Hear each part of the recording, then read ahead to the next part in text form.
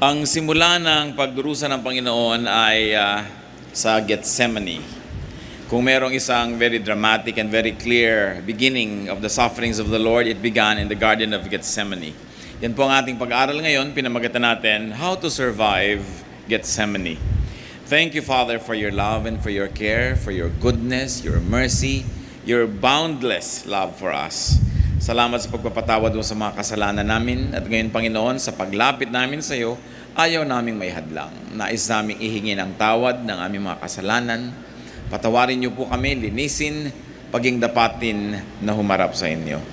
Nawangin niyo pong salita ang maging gamot ng aming mga sakit, pagkain ng aming espiritu at katawan, at liwanag ng aming isip. Payapain niyo po kami, patahimikan ang aming loob, alisin mo po lahat ang aming mga alalahanin, palakasin ang aming katawan, patalasin ang aming isip, nang kami, Panginoon, makatanggap ng buong-buo niyong pagpapala. Kayong hinihiling namin maging tagapagsalita. Daluyan nawa ng pagpapala niyo ang inyong lingkod, makarating sa lahat naming mga anak mong narito ngayon, umaasam at naniniwalang tatanggap ng pagpapala niyo. May your words straighten up what is crooked. May your words give us light and enlightenment. May your words strengthen us. Father, protect us from lies and falsehood. Protect us from works of evil men and evil spirits. And may we also, Lord, receive protection from you for our loved ones who are not with us right now. At nawa, Panginoon, sa pagpapayapa na aming puso, maging matiwasay kami, tumanggap kami ng iyong mga mabubuting mga salita. At kami naman makapagdala sa iyo ng aming mga handog, mga pasalamat, awit, mga puso na handang magpapuno sa inyong salita at mga pusong handang sumunod sa inyo. Glorify yourself. Bless your people. Thank you, Father. Be with us. Bless us through your words. In the name of Jesus, your Son, we pray. Amen. Katatapos lang po ng tinatawag nating Lord's Supper at ang Panginoon ay nagpunta sa halamanan ng Gethsemane. Matthew 26:36-38. Then Jesus went with his disciples to a place called Gethsemane, and he said to them, "Sit here while I go over there and pray." He took Peter and the two sons of Zebedee along with him, and he began to be sorrowful and troubled. Then he said to them, "My soul is overwhelmed with sorrow to the point of death. Stay here and keep watch with me." Matapos ang Panginoon ay magbigay ng mga pahiwatig sa magiging masakit at mahirap na karanasan niya sa krus ng Kalbaryo, ang kanyang mga disipulo at siya man ay nagpunta sa halamanan ng Gethsemane. At sila ay nang makarating sa madilim na lugar na ito, iniwan niya yung karamihan sa may bungad at tatlo pa ang dinala niya doon sa may loob-loob ng garden. Si Peter at ang dalawang magkapatid. At sabi niya, "Manalangin kayo, dito kayo, samahan niyo ako sa panalangin, sapagkat ako ay sobrang nababagabag." And then the Lord went further into the garden, and alone, he became very sorrowful and very, very troubled. Sinabi niya, "My soul is overwhelmed with sorrow to the point of death." Naranasan na ba nating malungkot na halos ikamatay mo ang lungkot? Yun ang naranasan ng Panginoon. Sabi niya, to the point of death. Sabi niya, "Stay here and keep watch with me." We must note that the highly spiritual and the highly wise could have moments of overwhelming sorrow. Pati si Solomon, sinasabi niya mahirap maging marunong, mahirap maging maraming naabot ang kaisipan dahil maaaring meron ka ring maabot na lungkot. Lungkot na nanggagaling sa pangunawa, hindi dahil sa kamangmangan. Lungkot na nanggagaling sa mas malawak mong pag-iisip at pagkakita sa mga bagay-bagay. Mga lungkot na hindi nararanas ng mga hindi gaanong nakararating sa malayo ang pag-iisip. Sabi sa Ecclesiastes 2:17 ni Solomon, "So I hated life, because the work that is done under the sun was grievous to me." What can we do to people who we consider are wise or wiser than we, or more spiritual than we are? We've got to understand them.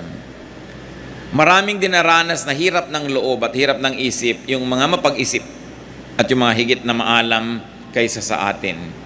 Kaya imbes sa pagtawanan lang hindi natin naintindihan, yung mga marurunong na parang sinasabi natin, nababaliw na yata yan, ang layo na lang naiisip, dapat natin silang ipanalangin. Sapagkat ang mga matataas ang espiritu at ang karunungan ay may ministry para doon sa mga di gaanong kataasan ang naaabot. Matthew 26:39. Going a little farther, he fell with his face to the ground and prayed, "My Father, if it is possible, may this cup be taken from me, yet not as I will, but as you will."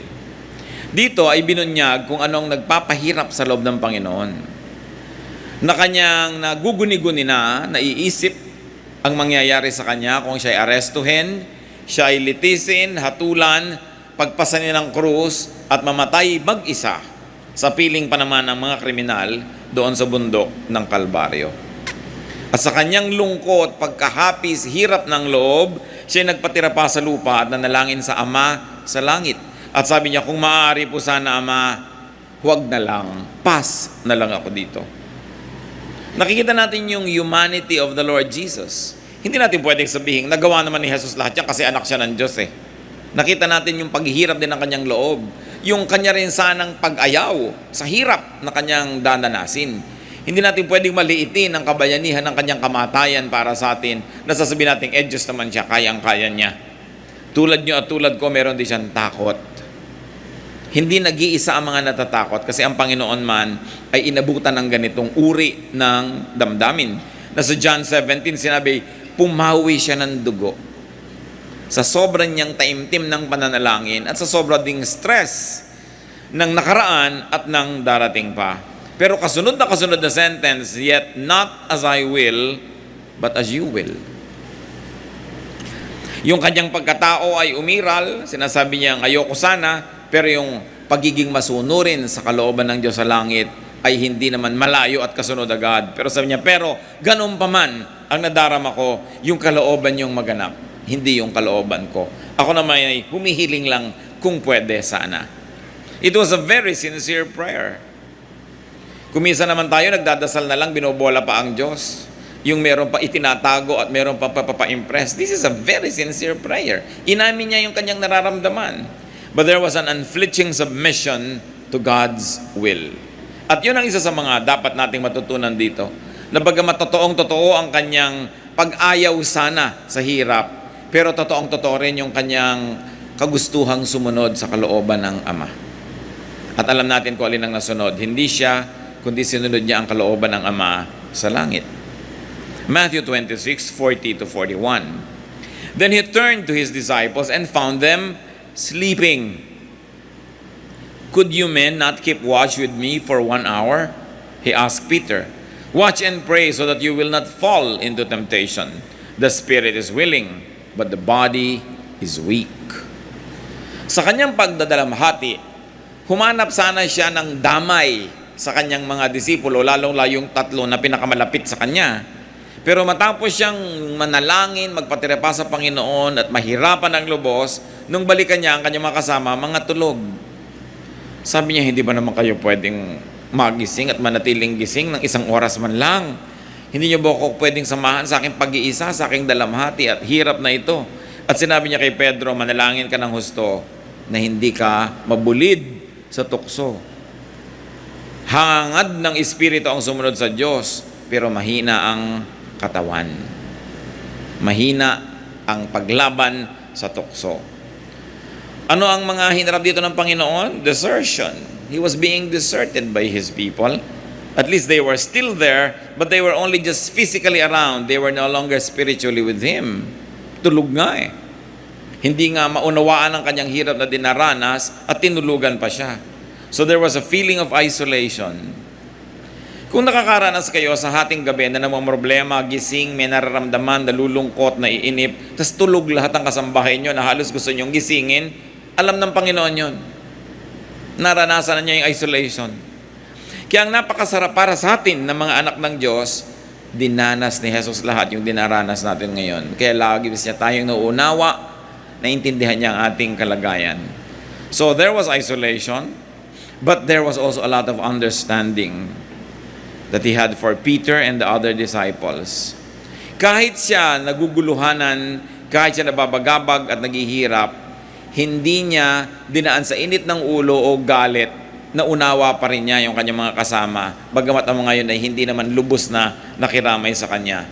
At ang nangibabaw sa kanya, in spite of his difficulty in the forthcoming cross, was concern for Peter and the others. So niya, you pray that you might not be tempted.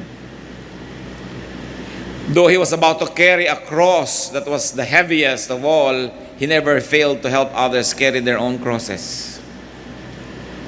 Na sa kanyang hirap na dinaranas at daranasin pa, ang laman pa rin ng isip niya, pag-ibig sa kanyang mga disipulo, pag-unawa sa kanila. Matthew 26:42-46. He went away a second time and prayed, "My Father, if it is not possible for this cup to be taken away unless I drink it, may your will be done." When he came back, he again found them sleeping because their eyes were heavy. So he left them and went away once more and prayed the third time, saying the same thing. Then he returned to the disciples and said to them, "Are you still sleeping and resting? Look, the hour is near, and the Son of Man is betrayed into the hands of sinners. Rise, let us go. Here comes my betrayer." So 3 beses siyang nanalangin, 3 beses niyang binalikan ng kanyang mga disipulo, 3 beses niya rin naabutang tulog. Yung unang panalangin niya, kung pwede sana, pass. Pero yung pangalawa, kung hindi po talaga pwede, then let your will be done. So there's already so much submission in the second prayer, so much more than before. And then in the third prayer. So the prayers were repetitions of the previous situation and activities. And the Lord, very, very significantly, accepted in His heart the arrival of Judas and the people who were about to arrest Him. Matthew 26:47-49. While he was still speaking, Judas, one of the 12, arrived. With him was a large crowd, armed with swords and clubs, sent from the chief priests and the elders of the people. Now the betrayer had arranged a signal with them. "The one I kiss is the man. Arrest him."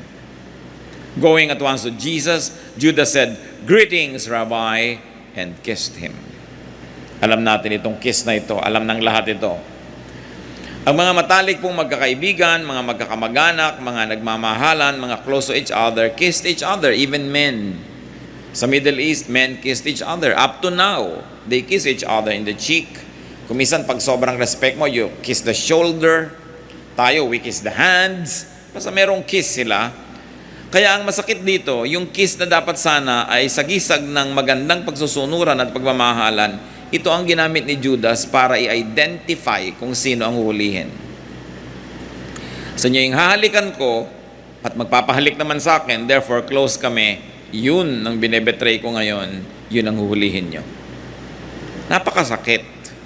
Masakit yung gawang ka ng masama ng kalaban mo, lalo namang masakit kung gawang ka ng masama nung kakampi mo dapat. Nung kaibigan mo, yung kaibigan mo, mahal mo at mahal ka rin niya. Matthew 26:50-56. Jesus replied, "Friend, do what you came for."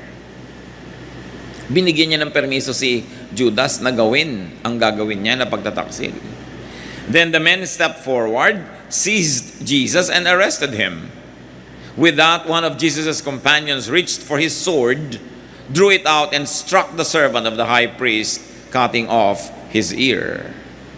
So hindi na nakatiis ang isang kasama, inilabas ang kanyang espada at nanaga at natapyas ang tainga ng katulong ng high priest. Matthew 26:50-56, continuation. "Put your sword back in its place," Jesus said to him. "For all who draw the sword will die by the sword.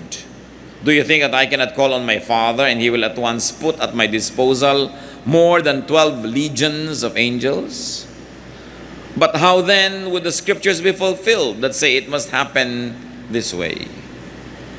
At that time, Jesus said to the crowd, "Am I leading a rebellion that you have come out with swords and clubs to capture me? Every day I sat in the temple courts teaching, and you did not arrest me. But this has taken place that the writings of the prophets might be fulfilled." Then all the disciples deserted him and fled. So one of the disciples resorted to armed defense. Isinakamay na nung isang alagad ng Panginoon yung depensa ni Jesus. Inilabas ang kanyang sandata, at siya ay handang pumatay at maaring mamatay para kay Jesus at natapyas nga ang tainga nung katulong ng high priest. But Jesus restrained and corrected him and taught him the way of peace. Sabi niya, sa palagay mo ba kung kailangan ko talagang ipagtanggol ang aking sarili ay mahirap tumawag ng angaw-angaw, laksa-laksa, pagkarami-rami mga anghel na nakahandaan dyan? Tawagin ko lang, sabihin ko na lang na cancel ang project na ito. Sobrang hirap. The angels would rescue Jesus. In that difficult moment, heavenly rescue was available, but Jesus did not use it. Talagang buong puso niyang niyakap ang hirap na daranasin niya, bagamat pwede sana siyang ma-exempt. And Jesus reminded and reassured everyone of heaven's authority and power. And this is important. Pag tayo kumakaharap ng hirap, ng gulo, hindi tayo dapat magpanik na akala natin wala ng Diyos, wala ng langit, at hindi na alam ng Diyos ang nangyayari sa buhay natin. Sapagkat lagi niyang alam. At kung ang Diyos ang may padala, lalong tanggapin. Kung hindi man siya ang may padala, pero pinayagan niyang dumating sa atin, dapat pa rin nating igalang yun dahil alam naman ng Diyos ang nangyayari. At sabi ng Panginoon, hindi ganyan ang paraan. Paano matutupad ang mga sinaad ng mga propeta kung iibahin natin?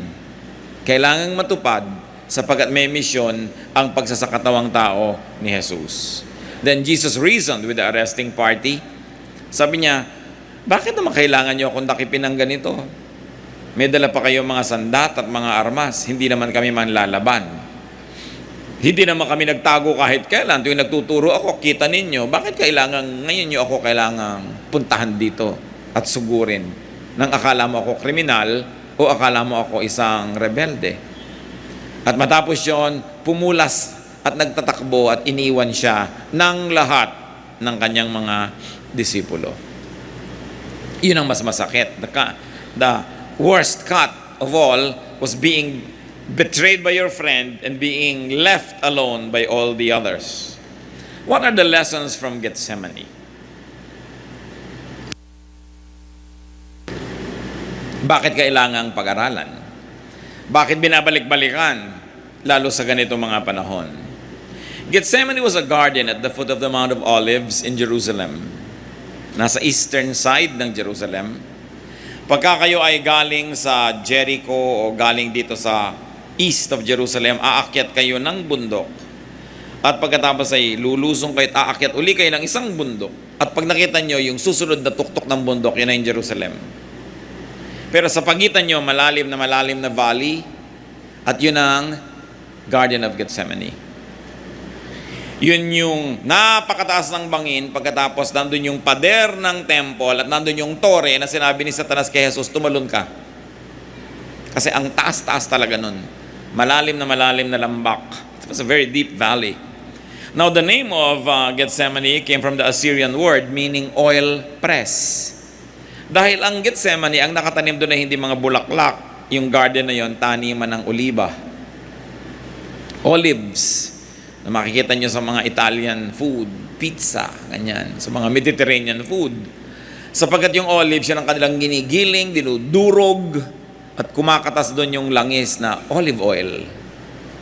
Kaya daan-daang mga taon ang mga edad ng puno na nandun sa garden ng Gethsemane. Dito madalas nagpupunta si Jesus, lalo't lalo may mahalaga silang gawain. Kaya alam-alam naman itong si Judas kung saan hahanapin ng Panginoon kahit madilim. Kasi alam niya kung saan nagmi-meet ang mga taong ito. Then and now, Gethsemane can mean grave sorrow. Sorrow of the Lord, sorrow of each one of us, and everybody else for all time. Maaaring ang Gethsemane ngayon ay gamitin nating sagisag ng malalim, mahigpit, masakit na kalungkutan, pag-iisa at pangungulila. Gethsemane can mean emotional and spiritual trouble. So pwede natin masabi ngayon, I'm having a Gethsemane moment. Na-stress ako, nalilito ako, depressed ako. I'm so sad I could die. So it could be the representation of that idea. So it's an emotional or spiritual trouble caused by the prospect and fear of physical threat or suffering or death. Pwede nating i-apply ngayon na ganong kahulugan. Matthew 26:38, ulitin lang natin. Then he said to them, "My soul is overwhelmed with sorrow to the point of death. Stay here and keep watch over me." Gethsemane can mean isolation and aloneness. May mga kasama ka pero tinutulugan ka. May kasama ka pero pinagtaksilan ka. May pinagtitiwalaan ka pero bumaligtad. That could be a Gethsemane moment. Gethsemane could stand for betrayal or even injustice. Anong ginawa ang masama ng Panginoon para ma-deserve niya na arestuhin? Kumisan sa ating buhay, mabuti ang ginagawa natin, ang sinusukli sa atin masama. It could be a Gethsemane moment in our lives. And Gethsemane could also mean grave fatigue. Sapagkat ang Panginoon, napakaraming ginawa ng mga nakarang araw, hirap na hirap, pagod na pagod. So there was this emotional, this physical, and this spiritual stress on Him. But Gethsemane could also mean oil press, as we have said. At hindi siguro aksidente na ganyan yung pangalan ng garden na yan. Kasi yung oliba, kung hindi dudurugin, pipisain, kakatasin, hindi lalabas yung mahalagang langis. At tayo man mga kapatid, para lumabas yung halaga ng ating espiritu, para lumabas yung what is noble and divine in us, many of us have to pass through a Gethsemane experience. Parang bulaklak na kung natapakan mo't na durog, ay doon lumalabas ang kanyang halimuyak.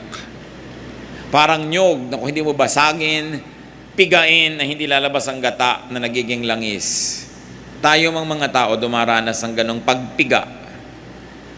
Kakala mo nagkagiba-giba ka na, nagkawasak-wasak. Yun pala, hinahayaan lang ng Diyos sa mangyari yun para lumabas yung iyong halaga. Para lalo mong makita kung anong importante sa buhay. Para lumabas ang gagandahan ng iyong pagkatao. Para tulad ni Jesus, magkaroon ka ng mga karanasan na magagamit mo ngayon para maging blessing ka sa maraming tao.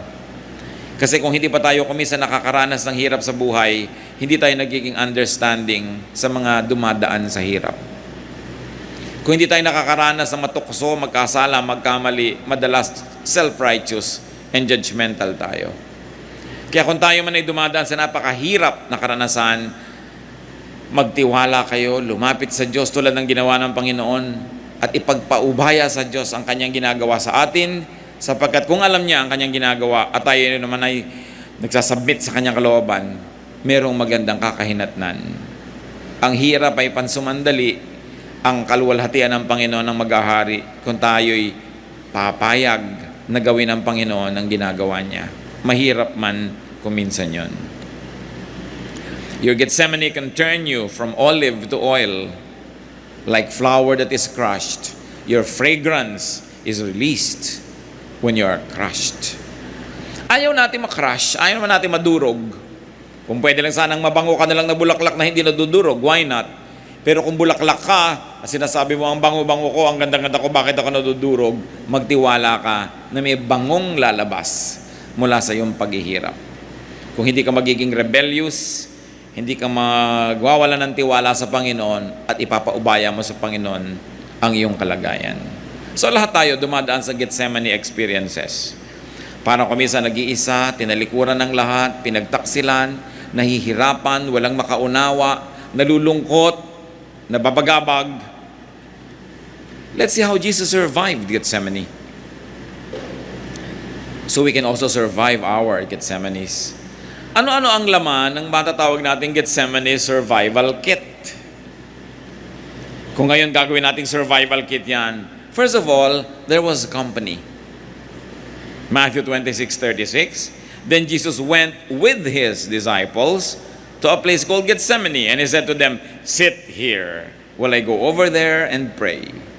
Ang Panginoong Jesus, anak ng Diyos, hari ng mga hari, tagapagligtas ng daigdig, kinailangan din niya, ginusto niya na may makasama. Pag dumadaan tayo sa hirap, mabuting may kasama. Masarap na mayroong karamay. Huwag nating solohin. Maging ang Panginoong Jesus sa pagbubuhat ng krus niya, may tumulong. A stranger to him, but nevertheless, even for a brief moment, the Lord was able to rest. because somebody was assigned to carry the cross. So huwag tayong mapagmataas at huwag tayong maging kuminsan ay may kayabangan na sinosolo natin ang hirap natin. Friends divide our sorrow and multiply our joy. Matthew 26:38, then he said to them, "My soul is overwhelmed with sorrow to the point of death. Stay here and keep watch with me." Hindi siya nahiya, hindi siya nag-alinlangan, hindi siya nag-alangan na aminin sa kanyang mga kasamahan na nangangailangan siya ng company. At dapat ganun din tayo. Kung tayo nabibigatan, nahihirapan, huwag na tayong maglakas-lakasan. Minsan naglalakas-lakasan ka sa harap ng iba, pero may mga manggilan-gilan dapat na matapat ka na honest sa sinasabi mo, samahan mo ko kasi nainip ako. Samahan mo ko kasi lungkot na lungkot ako, nalilito ako, naguguluhan ako, natutulog ka, masarap yung may nagigising ako, gising, kwentuhan mo ako. Dahil naiinip ako. Nangyayari sa atin yun paminsan-minsan. Sabi ni Solomon sa Ecclesiastes 4:9, "Two are better than one, because they have a good return for their work." Mas mainam na may kasama kaysa wala. So you make and you keep friends. Importante yon, that you make and you keep friends. Even the Lord Jesus needed and wanted company. So have company, especially in Gethsemane moments. Kumisan dahil may kasama tayo, may kausap tayo, nalilimutan natin yung hirap. At yung mga hirap ng loob, yung mga inip, even sometimes suicidal tendencies, hangin lang yun na dumadaan, kailangan lang makalampas na ikaw ay naiwang buo pa. Kaya kailangan pag dumadaan yung hangin na yun, may nakakapitan ka, may kasama ka. And what's important, brothers and sisters, give company to people in their Gethsemane moments. Nanay mo naiinip, sige na, magtiyaga ka na gumising, kwentuhan mo na lang. Kumisan, ikwento mo nga anak yung ganun, hindi naman talaga interesado yun sa kwento, gusto lang may kausap, gusto lang may kasama. Kahit nga putol-putol yung sentences, walang sense, nakikinig pa rin yun, kasi gusto niya may kasama. Maraming mga magulang nagagalit sa mga anak pag ginagabing umuwi, hindi dahil mahigpit, kundi dahil namimiss kayo. Ganon din yung mga wives, yung galit na galit sa husband na ginagabi. Minsan hindi lang maamin na miss na kasi kita. No? Kaya nalulungkot kasi ang tao. At tayo may pananagutan sa isa't isa. Lalong-lalo ito ay strong moment mo ngayon, dapat naghahanap ka naman ng sino kayang nalulungkot, sino kayang naiinip, sasamahan ko naman. Hindi ko maganda ang pakiramdam mo, mag-isa ka na lang matutulog, mag-enjoy ka dahil ganado ka sa buhay. Paano yung mga nalilito, yung nalulungkot? Ang mga malalakas, may ministry sa mga mahihina. Sa pagkadarating ang panahon, ikaw naman yung mahina, may magmi-minister naman sa'yo. Panapanahon lang ng pangangailangan, panapanahon lang ng pagpapalit ng papel sa buhay. At very important, katulad ng sinabi nitong Panginoon na nakita niya, tulog na naman yung mga disciple niya, there should be understanding and acceptance like Jesus of His friends' human frailty. Kung minsan meron kang need, sobra ka nagiging demanding, dapat mo ring isipin na may kahinaan din yung tao kahit nagme-minister sa'yo. May sakit ka, nakatulog ako nagbabantay, kaysa maghalit ka dyan at magsisigaw, unawain mo na pagod na siguro. Kaya ako gising kasi maghapon naman akong tulog ng tulog dahil pasyente ako, ito nagbabantay sa akin, nakakatulog, uunawain. Kasi kung minsan nangangailangan ka na ng tulong ng kapwa, dadaanin mo pa sa init ng ulo, naiinis sa'yo, lalo kang lalayasan. Wala ka lalong katulong at kasama sa buhay. So inuunawa mo. Mga kapatid, kahit tayo may karamdaman, kahit tayo nangangailangan, may pagkukunan pa rin tayo ng pangunawa kung gusto nating mangunawa at umunawa. Kung minsan lang, kung mapasyente ka, ikaw yung may sakit, akala mo entitled ka na sa lahat ng tantrum mo. Na entitled ka na sa lahat ng init ng ulo at galit. Pero kahit ka pa nangangailangan tulad ni Jesus, meron tayong pagkukunan ng kakayahang umunawa kung pipiliin nating maging maunawain. At kung hindi natin pipiliin na maging star because you are the one who deserves the attention. Accept your loved one's human failings. It's very important.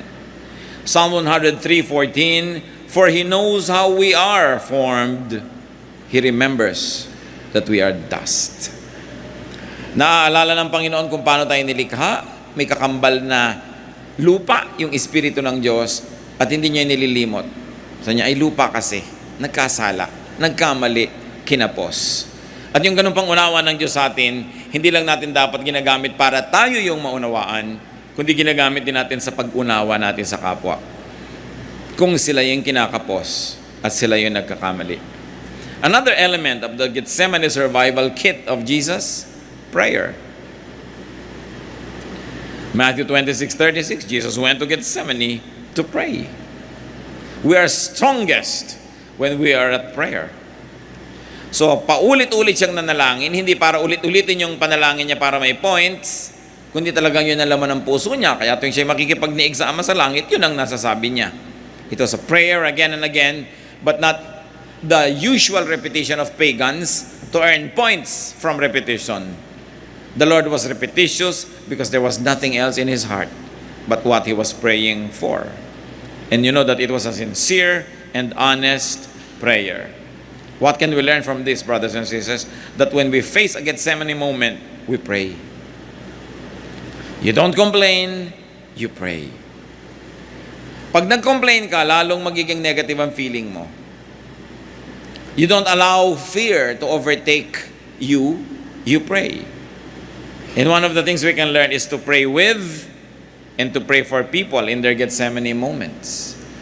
You can say, alam mo kapatid, wala naman ako maipayo sa'yo kasi nalilito rin ako, pero halika, mag-pray tayo.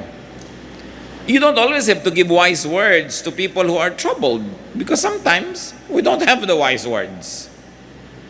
You are not always wise, you are not always filled with inspiration, you are not always strong, but you can always pray with the person who needs your help. Ako rin nalilito, halika, mag-pray tayo. Ako rin nangihina ngayon, halika, mag-pray tayo. At hindi yan last resort. It must be the first resort. Because we are strongest when we pray. And when we pray, umaayos ang ating isip. At hindi man mabago ang sitwasyon, nababagong isip natin. Lumalakas ang ating espiritu, natatanggap natin yung hindi natin kayang baguhin, at nababago natin yung dapat at pwedeng baguhin. Another element in the survival kit is submission to God's will. Pag ikaw, kapatid, ano man ang hirap na dinaranas, tinanggap mo na pinayagan yun ng Panginoon, lalo't alam mong yun ang gusto ng Panginoon para sa'yo, para ka siguro ituwid, o para ka i-train, para ka palakasin, pag tinanggap mo na yun, gagaan na yun. Bumibigat lang pag nilalabanan. Humihirap lang pag nakikipagtunggali tayo sa Espiritu ng Diyos. Nagkakaroon lang ng giyera kasi ayaw mo pang sumuko. Alam nyo, paano natatapos ang giyera? Pag nanalo ka na, o pag sumuko ka na. Mananalo ka ba sa Diyos? Kaya sabi ni Lord, huwag sana Ama, ayoko sana, pero yung gusto nyo ang masunod. Paano naman mananalo yung Son sa Father? Kaya sabi niya, yung gusto mo na lang ang susundin ko. Kaya nahihirapan tayo sa mga problema natin kasi kung minsan lumalaban tayo sa alam nating gusto naman ng Ama na mangyari sana sa buhay natin. Alam mo na na mali yung gusto mo, ipaglalaban mo pa. Gulo talaga yan. Pero matatapos ang gulo pag sumuko na tayo. Alangan namang Diyos ang sumuko sa atin, tayo dapat ang sumuko. At pag tinanggap mo na yon, gumagaan, lumuluwag. Paano natin natatanggap yung kalooban ng Diyos? This requires knowledge of God's will. Dapat alam mo kung ano ang gusto ng Diyos para sa iyo. It's important to know God's will. The knowledge of God's will is crucial so that you will be able to accept it. This requires knowledge of God, therefore it requires knowledge of the Scriptures.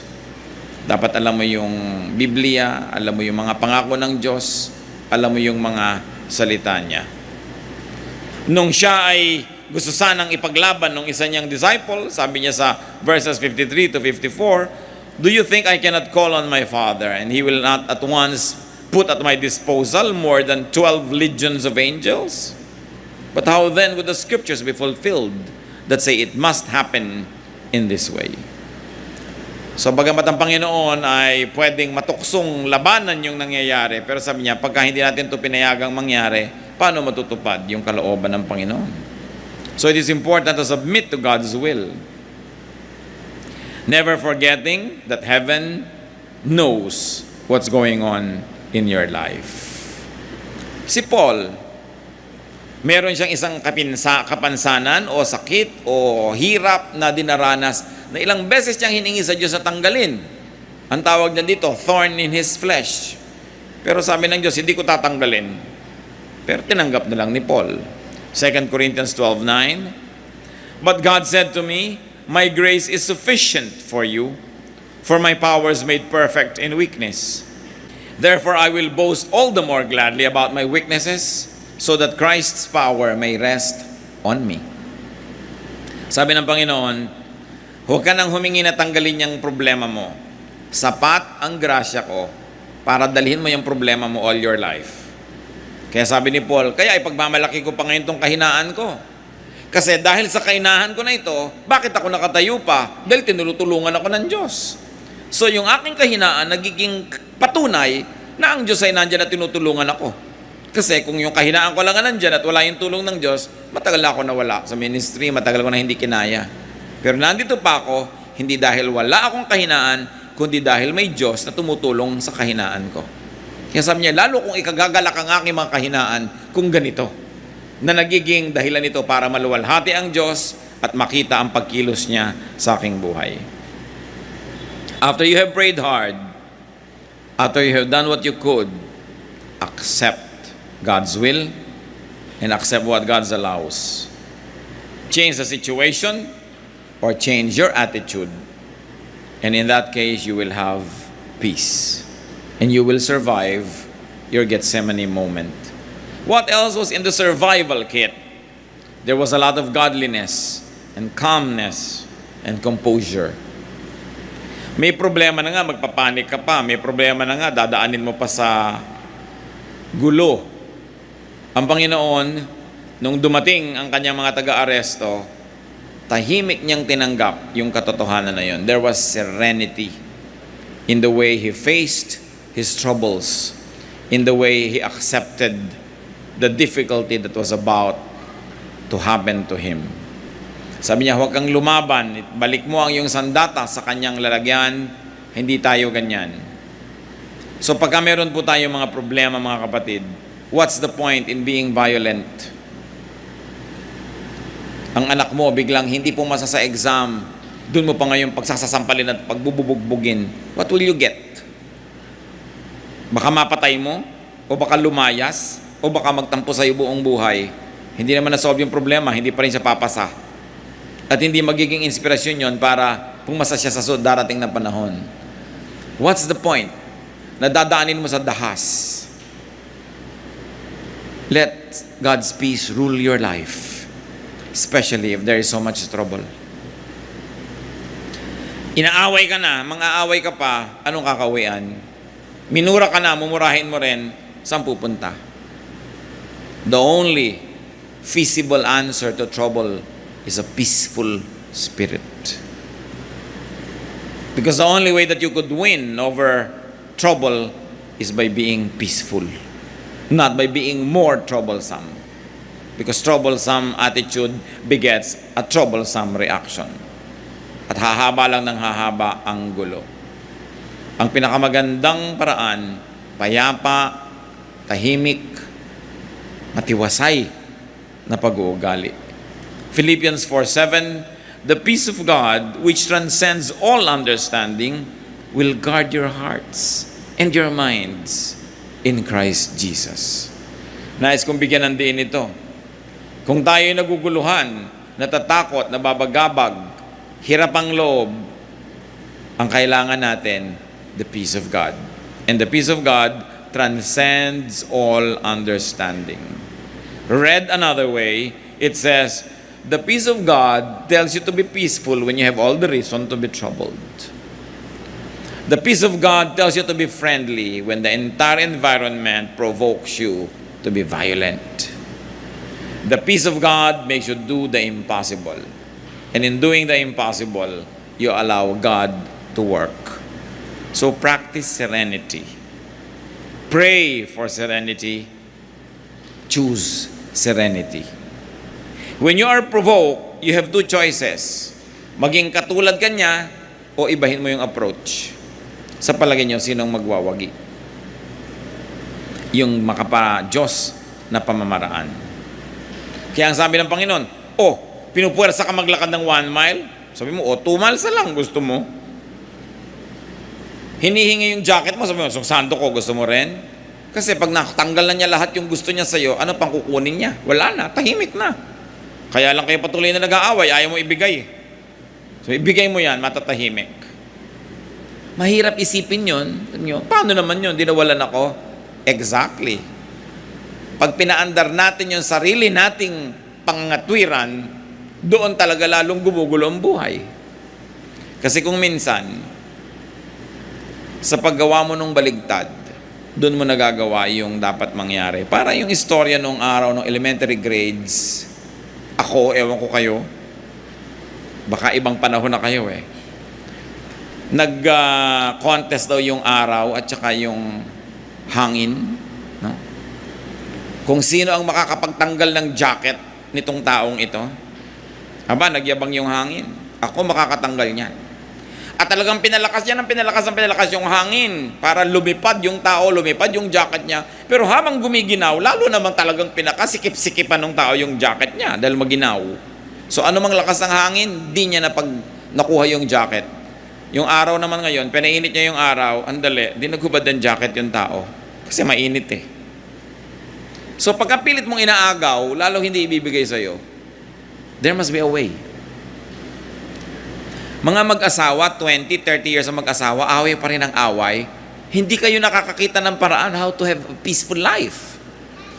Kung lagi nyo nalang pag-aawayan, kung gaano kalamig ang aircon, o kung gaano kalakas ang ventilador, tinatamaan ba kayo o hindi, no? Nakahiga kayo sa iisang higaan, mag-isip-isip kayo, solve nyo yan. Alam nga namang abutin kayo ng 70-year anniversary, nag-aaway pa rin kayo dahil sa electric fan.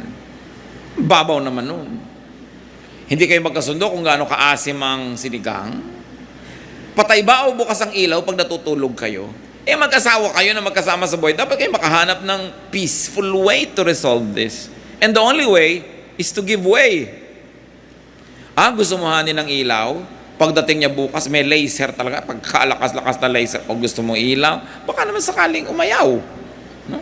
Pero hindi sa pagpipilit ng gusto natin, kundi sa pagbibigay sa kapwa. Meron yun na himala. Yun lang gumagawa nun, ang nakakadiscovering meron pala. Sa pagpapaubaya, dun kung minsan natin nakakamit yung gusto natin. Pero ang sincere na pagpapaubaya, willing talaga magpaubaya. Hindi gimmick mo lang para manalo ka in the end. But really, sincerely. Maraming pamamaraan ng Panginoon na baligtad. So, it's only love that can conquer hatred.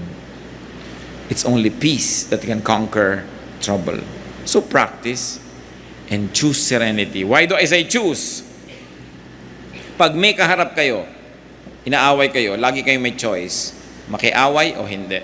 May choice. Choose the peaceful way. Gaganti ba kayo o hindi? Sinabi na ng Panginoon, huwag gaganti. Siya daw ang gaganti. So, naniniwala tayo at hindi, pairali natin ang pananalig natin sa Diyos at sundin natin siya para makita natin siya at work. Very importantly, brothers and sisters, when people are going through their difficulties, help people become calm and serene. Dapat huwag natin silang i-provoke. Let us not vex people.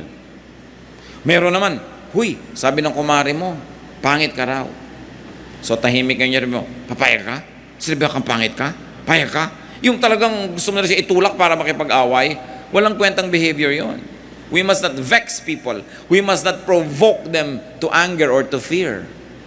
Meron naman, mataas na nga ang blood pressure mo, nahihilo ka na, sabi mo, pukunin mo ang blood pressure ko, siya man, ang taas!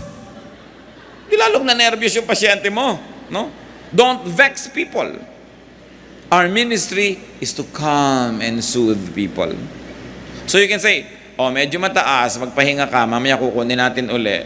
No? Huwag mo nang ipabasa na 270 pala, over 190 yung blood pressure niya. Kasi yung nervyos niya ang lalo magpapataas nun. May mga therapist, sasabihin mo na, tingnan mo nga ang likod ko. Naku, liko, makukuba na kayo. So, lumayas ka dyan sa pagte-therapy mo, ha? Pananakot ang ginagawa mo sa buhay. Meron pa sasabihin, nakakaramdam na ba kayo na hindi na kayo makahinga? Naiipit na ba yung baga nyo? Kasi ganyan na mangyayari dyan sa inyo eh. May mga ganun health workers, hindi marunong magsalita, natatakot yung pasyente.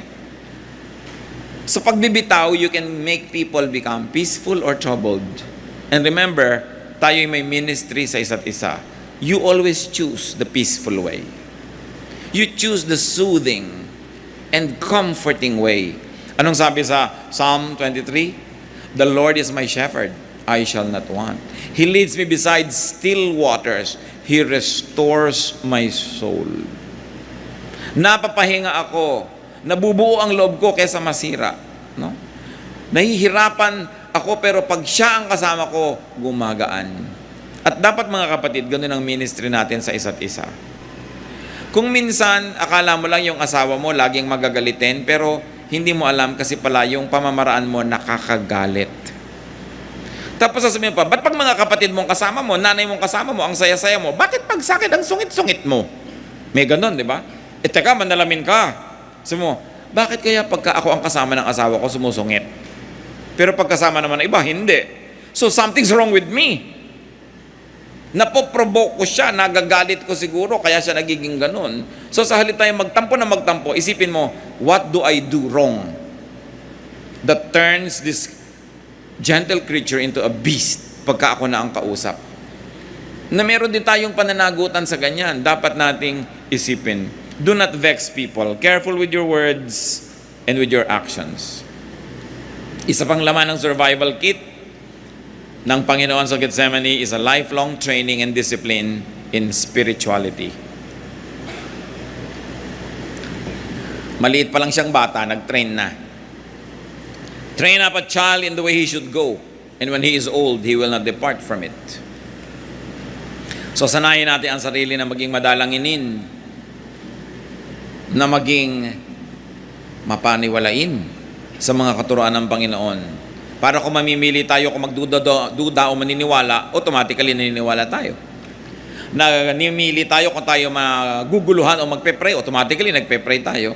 Tumatahimik ang ating buhay. At kahit hindi natin nasimulan yan nung bata pa tayo, nothing is too late. Walang too late. So train in solitude. Learn to be comfortable with yourself and in aloneness. Kung minsan kahit gusto mong may kasama, at gusto kang samahan nung gusto mong sumama sa'yo, malayo siya, may duty siya, hindi niya magagawa. So bagamat masarap na laging may kasama kung nangangailangan, pero kung wala ka na rin kasama, learn to be comfortable with yourself and learn to find solace and strength even in aloneness. Because the truth is, you are never really alone. How can you be alone when the Holy Spirit of God lives in you? How can you be alone when the Father is with you wherever you go? So nobody is really alone. Another lesson, let people have solitude. Pag ang tao na mga problema, gusto mapag-isa, bigyan natin ng pagkakataon. Gusto matahimik, huwag tayong tanong ng tanong. Mga kapatid, huwag tayong tanong ng tanong.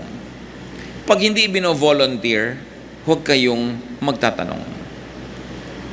Halimbawa, may magte-text sa inyo alas 2 ng umaga, help me, I'm having a very grave problem, pray for me, pray for me. Tapos hindi naman sinabi kung anong isasagot nyo? What is your problem? That is vexing. That is troubling. Because probably the person doesn't want to tell you, but the person only wants to be prayed for. So yung makadiyos at dissenting tao, imbes magtanong, anong problema mo? Sabi lang, I'm with you in prayer right now. I'm praying. And then you say, I pray that God will give you strength, anchorage, guidance, faith, whatever. In other words, matatamaan na ng prayer nyo kung ano man yung kalagayan niya na hindi nyo na siya kinorner at pinilit magsabi. Kasi may mga tao gusto lang magpa-pray pero hindi na nila gustong i-share kung ano yon. Respect that. Huwag kayong tanong ng tanong. Merong umiiyak, ba't ka umiiyak? Lalong napayak. Ba't ka nga umiiyak? Ayaw nga sumagot. Shut up. Diba? Ayaw sabihin sa'yo. Manahimik ka. Kasi may panahon para magsalita siya pag komportable na. In that case, hindi ka na nagiging agent of comfort. Nagiging ka na lang, naglalaro ka ng power. Gusto mong mapalabas para malaman mo. You know, because information is power. When you know, you think you're powerful. That's why we try to know secrets. That's why we try to know what is not being given us so that we can have power over the person. But remember, we are going to minister, not to play power. Mahalaga na iniregalang natin yung mga ganong bagay. When people like to talk, you don't need to ask them. They will. Mag-asawa, wala yung isa, dumating. Tanong ka pa na tanong, nasan si ano? Wala na nga eh. Baka nag-away. Diba? Naghampasa sila ng bintana. Gusto ba sabihin pa niya sa iyo, naghampasa kami ng bintana. Happy ka na? Nakita mo na nga, ako na lang dumating dito, tanong ka pa ng tanong. Diba? Yung dapat yung mga tao, ilagay yung curiosity nila sa dissenting lugar. Hindi lagi nag-uurirat. So train yourself in restraint, in godliness, and in faithfulness. Luke 21:19, by standing firm, you will gain life. In Timothy 4:7, train yourself to be godly. Hindi nangyayari automatically, we have to practice. 2 Peter 1:5, make every effort to add to your faith goodness, and to goodness, knowledge, and to knowledge, self-control, and to self-control, perseverance, and to perseverance, godliness. So do not tempt and provoke people to be unrestrained. Huwag natin silang kakantiin, kikilitiin, gagalitin. Pag kinausap mo dapat ang tao, kumakalma siya. Then the Spirit of God is in you. We all face and experience our Gethsemanes. Kanya-kanya tayo ng dala sa buhay. Kanya-kanya tayo ng hinaharap ng mga hirap. Kuminsan sobrang bigat, kuminsan naman hindi masyado. Panapanahon. Learn from Jesus, who had the ultimate Gethsemane experience. Hebrews 2:19. Because he himself suffered when he was tempted, he is able to help those who are being tempted. Pag dumarating tayo sa hirap, natetempt tayo na tumalon sa ilog, maglaslas ng pulso, uminom ng lason, natetempt tayo mag-drugs, maglasing, natetempt tayo na gumawa ng something crazy just to get out of our problem. Think that Jesus went through all kinds of temptations and He understands your situation now, and your great help comes from Him. Lumapit kay Jesus, magpatulong sa Kanya. At kung tayo'y dumaranas o nakaranas na ng mga hirap, meron na tayong ministry to minister to those who are just going through that difficulty right now that you have already graduated from. Let your experiences make you better, not bitter.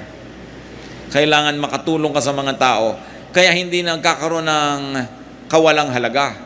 Kung ang mga hirap nating dinaranas ay magiging qualification natin to help people, then even the difficulties you go through can be turned by God into blessings. And we can be instruments of God. So huwag mo sabihin na hindi ko deserve ito, bakit ako nahihirapan? For all you know, God could be training you to be a good counselor. Maraming ganun eh. Sabi nga ni Lord, si Paul daw, he will suffer for my name's sake. Meron siyang mga pinapayagang dumaan sa dusa. Pero may magandang dahilan. At hindi ka naman mauubusan at mawawala ng gantimpala kung hinayaan mong maging instrumento ka ng Diyos. Dahil ang Panginoong Jesus nga, na anak ng Diyos, siya mismo naging instrumento ng langit para lalo tayong maunawa ng langit na nung ang Espiritu ng Diyos nagsakatawang tao, lalong naunawa ng Diyos ang tao. Kaya may kakampi tuloy tayo ngayon. Mga kapatid, lahat ng hirap na dinanas natin, dapat maging dahilan para maging kakampi tayo ng mga naghihirap sa kasalukuyan. That you are now able to understand, therefore you're qualified to help, not to condemn, not to judge, and not to say you're better because you passed through this difficulty with better marks and better grades. But your difficulties, especially the past ones, should now turn you into a more compassionate person. Lalo kang magiging maunawain, mahabagin, mapagmahal, mapag-aruga kung naranasan mo na ang ganung mga hirap. You are qualified. Kaya pagka ganun nakikita mong, well, I'm becoming qualified to be God's instrument. At kung minsan naman, dumadaan tayo sa difficulty dahil bunga ng ating mga gawa, edi natural lang na mahirapan tayo. Pero kung hindi ka makakita ng dahilan, ba't ako nahihirapan, hindi ko to deserve. Jesus never deserved Gethsemane. But He went through it. At tayong mga anak ng Panginoon, Kung saan dumaan si Jesus, dadaan tayo. Para makarating tayo sa kanyang pinuntahan, resurrection and the life. Alam nga namang sabihin mo, makita na lang tayo sa heaven, doon na lang yung meeting place. Tapos hindi ka susunod sa dinaanan ni Jesus na Via Dolorosa. Hindi natin kayang tumbasan ang hirap na dinanas niya, pero kahit man lang mga kamukha nun dadanasin natin, then we become instruments of God's goodness to others. 1 Peter 2:21, Christ suffered for you, leaving you an example that you should follow in His steps. Not only in His steps in difficulty, but in how He faced such difficulties. It's very important that we call on God and that we trust God. And if you are going through Gethsemane right now, transcend it by God's power. Don't stay there too long. Look forward to your resurrection, because even Gethsemane was just one night in the Lord's life. And after that, the difficulty of the cross, 3 days of death, and then never-ending eternal life and glory. This is the destiny of those who follow in the path of Jesus. Salamat, Ama, dahil kahit dumaraan kami sa mga hirap, nauna ng daanan ng iyong anak na si Jesus ang mga hirap na ito. Na wala kaming hirap na maaaring maranas na higit pa sa dinanas niya. Kung ganoon, meron kaming kakampi in the Lord Jesus. Meron kaming pwedeng lapitang nakakaunawa sa amin. Salamat po. At Ama, salamat sapagkat ang iyong anak na si Jesus, nauunawaan kami. At sa pamamagitan niya, nakakalapit kami sa inyo, nahuhugasan kami ng kanyang dugo, at nakakakuha kami ng lakas sa kanyang karanasan. Turuan mo kami na maging mumunting mga Jesus din sa mga kapwa namin na maaari naming tulungan, na kami naman ang panggalingan ng lakas na sa iyo naman talaga nagmumula. Allow us to be instruments of blessings and goodness. Be at peace with God. Spend some moment in silent prayer.